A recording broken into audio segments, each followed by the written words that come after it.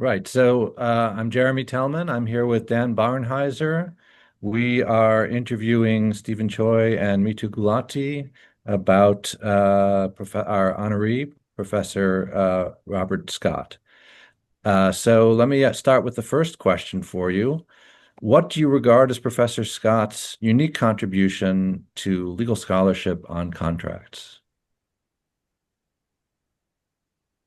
Well, thank you so much for including us. And I should give you a caveat that definitely applies to me, and I'll let Steve speak for himself. But I am no contracts theoretician. Uh, I have mostly just been following Steve and Bob in doing empirical work on contracts that builds off of the ideas that Bob has generated over the years. So I'm really the tag along. That said, um, I think there are just a number of really cool aspects of Bob's scholarship, and I'll flag uh, one or two that struck me as just so very interesting. So the first one is, I mean, Bob's scholarship has spanned so many different methodologies and perspectives. The only other person I can think of who keeps reinventing their view of the world in a similar way is Richard Posner, sort of managing to come up with fresh perspectives every 10 years or so that you're thinking, okay, I thought you hated that perspective. Now that's what you are. So, Bob's work to me starts with the work with Charlie Getz, which is sort of first generation law and economics, but quite innovative. Even there, they took first generation law and economics, but sort of pushed it to its boundaries, but theoretical, not really empirical, but making predictions for other people to test. And then he moves to sort of hyper theoretical work with Alan Schwartz, modeling and sort of uh, advancing the formalist model. And, I think I didn't know Bob then. And I thought, oh, this guy is really dyed in the wool law and economics formalist. Uh, and then there's the work with Chuck Sable and Ron Gilson that's just a sociologist investigating everything that happens on the ground. And then we were shocked. I think Steve and I don't think of ourselves as ever being in the realm of a Bob Scott, but he was willing to work with us and question so many of the basic premises of the traditional model. So I've gone on for too long, but I know I will never get to the level of a Bob Scott or Richard Posner and being able to always question my own models and then come up with new ideas. But for me, that's Bob's magic. That it's not wedded to anything. He's just constantly willing to reinvent himself, and I'm sort of excited to see where he goes next. I don't think he's done. So let me just add a little bit to that. First, let me say, me too, and I always compete for which of us tags along more. But I'm certainly the winner on this. I'm definitely the free rider and the beneficiary of my work, both with Me Too and Bob. When I think about Bob, and I've worked with Bob on a series of papers with Me Too and in this book, and I think about what I've observed as really how he contributes and what his contribution is. It really ties into what Me Too said. He really has a unique ability to, when he sees a particular phenomena like landmines, or just how they arise, why they persist, he has a unique ability to put it into a framework and come up with a theoretical story or theory of exactly what explains what we're seeing. So take landmines. If we think about commercial contracts, sophisticated parties, over time, one might expect that these parties would bargain for terms that maximize their best interests. or the joint surplus of their bargain. Time would whittle away bad terms, and you would end up with just value maximizing terms. So landmines are kind of outside or contradictory to this theory. And so we observe this, but why do we see this? And it was really a treat to see Bob wrestle with this and think about this in terms of incomplete contracts, in terms of satisficing, in terms of agency costs. And Bob came up with this brilliant idea of thinking about, well, why don't we partition the market between guru attorneys and novice attorneys? And that interaction can help explain not all, but at least part of the landmines we observe. So I got to watch this firsthand. It was really just a treat working with him. And boiling it down to answer the question, yeah, he just has a unique ability to sort of think about a complex phenomenon that you observe and boil it down into a theoretical story that makes sense and helps explain what we observe. And that's really been just amazing to watch. Thank you so much for that. What was it like collaborating with Professor Scott?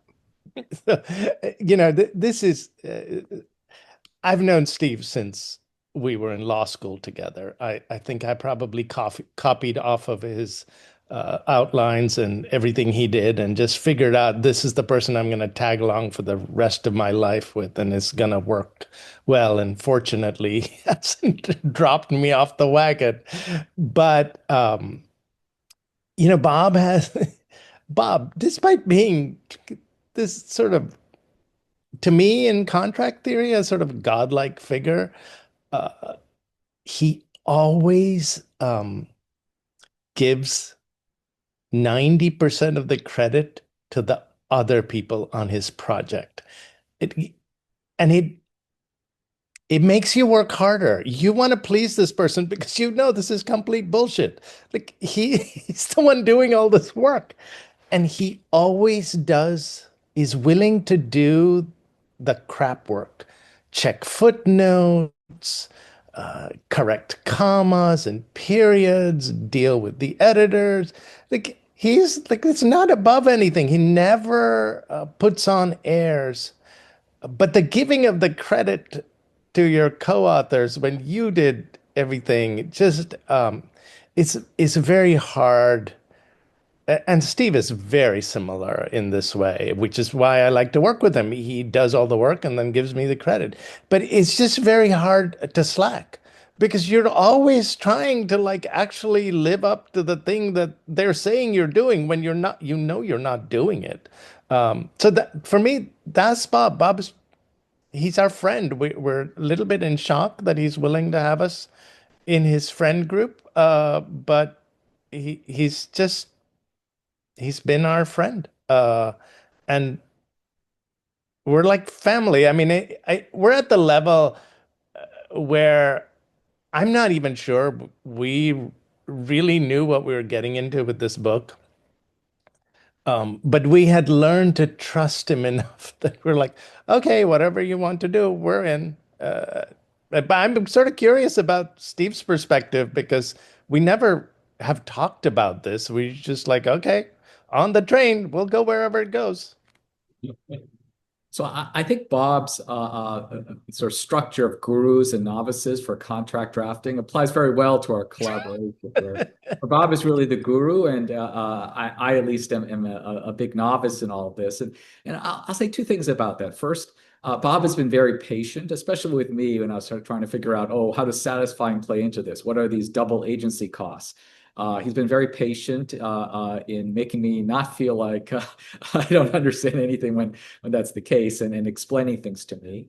And the second part of it is building a bit off what Mitu said. He's very open to new ideas. So I bounce off ideas with him. He thought about gurus and novices, and well, how exactly does that play out in different markets? And so it was very nice to be able to both learn from him, but also feel like that he was receptive and we could go back and forth. And he was very open to new ideas. So I think that made for a very strong collaborative undertaking with him. So it was much like for me being in some ways like a student in a seminar again, back in law school or grad school. be able to sort of bounce ideas and learn from Bob. And it was always comforting knowing that at the end of the day, we have this great contract theory person who can figure out all our mistakes and then correct them. So he was just great to work with. Do you remember, Steve? Like we would, in the beginning, he would he would invite us to Columbia, and we would go to a conference room and with the blackboard. You remember the blackboard? Have to sketch the idea on the blackboard, and then he would like move pieces around, and somehow we would start with nothing, and at the end there was something we could work with. And we did this Blackboard thing until COVID hit. And then COVID stopped the Blackboard. But those were the most fun times in academia for me. And Steve and I would always go have sushi in between and talk about how stupid we were. But Steve was always able to see. Steve has always been really good at seeing logical flaws. And then he would point them out. And then Bob would say, okay, I think this is how we can advance the idea that because that is a logical flaw. So it was it was kind of fun. I wish we need to go back to the blackboard. Yeah. Uh, So this was our very, I can't remember what paper it was. We've written so many papers together, but it was our very first or second paper. And yeah, we had this thing about it was going up to Columbia. Bob had a classroom waiting for us, and there'd be a big, I don't know if it was a whiteboard or blackboard, but yeah, we would start by just sketching out ideas, and then we keep sketching until we ran into a problem. Well, this doesn't quite make sense, and we try to think about how to advance it. And Bob often would have the answer, and it was a very eye-opening process going through this with Bob. And then this is how our at least pre-COVID how our papers came together.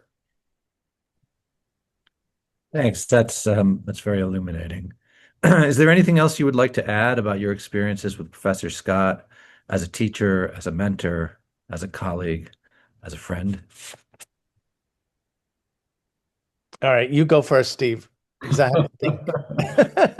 I'm trying to think what like Well, so as a teacher, he's very patient, at least with myself as a student. I've learned a great deal about contract theory, about contract production, trade-offs between ex-ante negotiation costs versus ex-post litigation costs. All these different theories have been very eye-opening for me. And I would say as a teacher, he's very patient and very clear in his exposition of ideas. So I've learned a great deal from him. As a mentor, he's been really a great person for me to rely upon for advice in thinking about papers, thinking about career. So he's a great mentor. As a colleague, working with him across these papers and the book. This has been one of the most interesting, exciting collegial experiences I had in academia, and really ideas which I never would have thought about. Bob really opened my eyes to these ideas, and as a friend, he's a kind and generous friend who I'm very happy to call my friend. but he's also relentless. You know, the book is done, and like I did, like was not even like 2 days. And I was like, we should get together and celebrate and all of that. And Bob's like, yeah, but I think that like there are some missing pieces and we need to start work on them. And I was just like completely horrified. I'm like, I want to go play tennis and go to the beach. That's why I have this like I'm like, we're done. No, he's like, no, I think like there were some serious gaps, and now we need to study the structure of law firms because I think the changing structure of law firms is what explains some of the puzzles we had. And I don't know if Steve reacted with horror, but I did. I was like, I don't know anything about law firms. Now we're studying law firms. At least contracts, some stuff. This is like, so now we've started a project on law firms and the changing structure of law firms and lockstep compensation and like, what the hell do we know about it? But the fun thing is it'll be fun and we'll but it's a lot of work, and I'm a very lazy person, so this is not good for me. So going beyond the three questions, it does seem to me as I was reading the book that somehow you've meandered into sociology of the profession, and he seems to be leading you deeper into that path. Yes, like I do wonder whether this is the Ron. I mean, I know it's the Ron Gilson, Chuck Sable, that like that line of his thinking, but this ability to combine, to use whatever methodology will help you answer the question, as opposed to being wedded to a single methodology, is one of his unique, maybe not unique. I mean, I go back to Dick Posner, and he had this as well, like that, and Ron Gilson had this, and it just it's about the answer you're in pursuit of, or solving the puzzle that you're curious about, rather than the technique. And he's willing to learn and use new methodologies. Despite being at, he's young, at least in spirit, but despite being at the stage where I think most people become very wedded to their old theories and old methodologies, Bob is willing to throw them by the wayside if it will give him the answer. So yeah, we did over 200 interviews for our project, and the last thing I wanted to do was to interview M&A lawyers and syndicated loan lawyers. I don't know them, and like they don't. Some of them don't even seem like nice people. So, but he was like, "Nope, we gotta go there." And Steve and I were just pulling and resisting all through, but we're going there.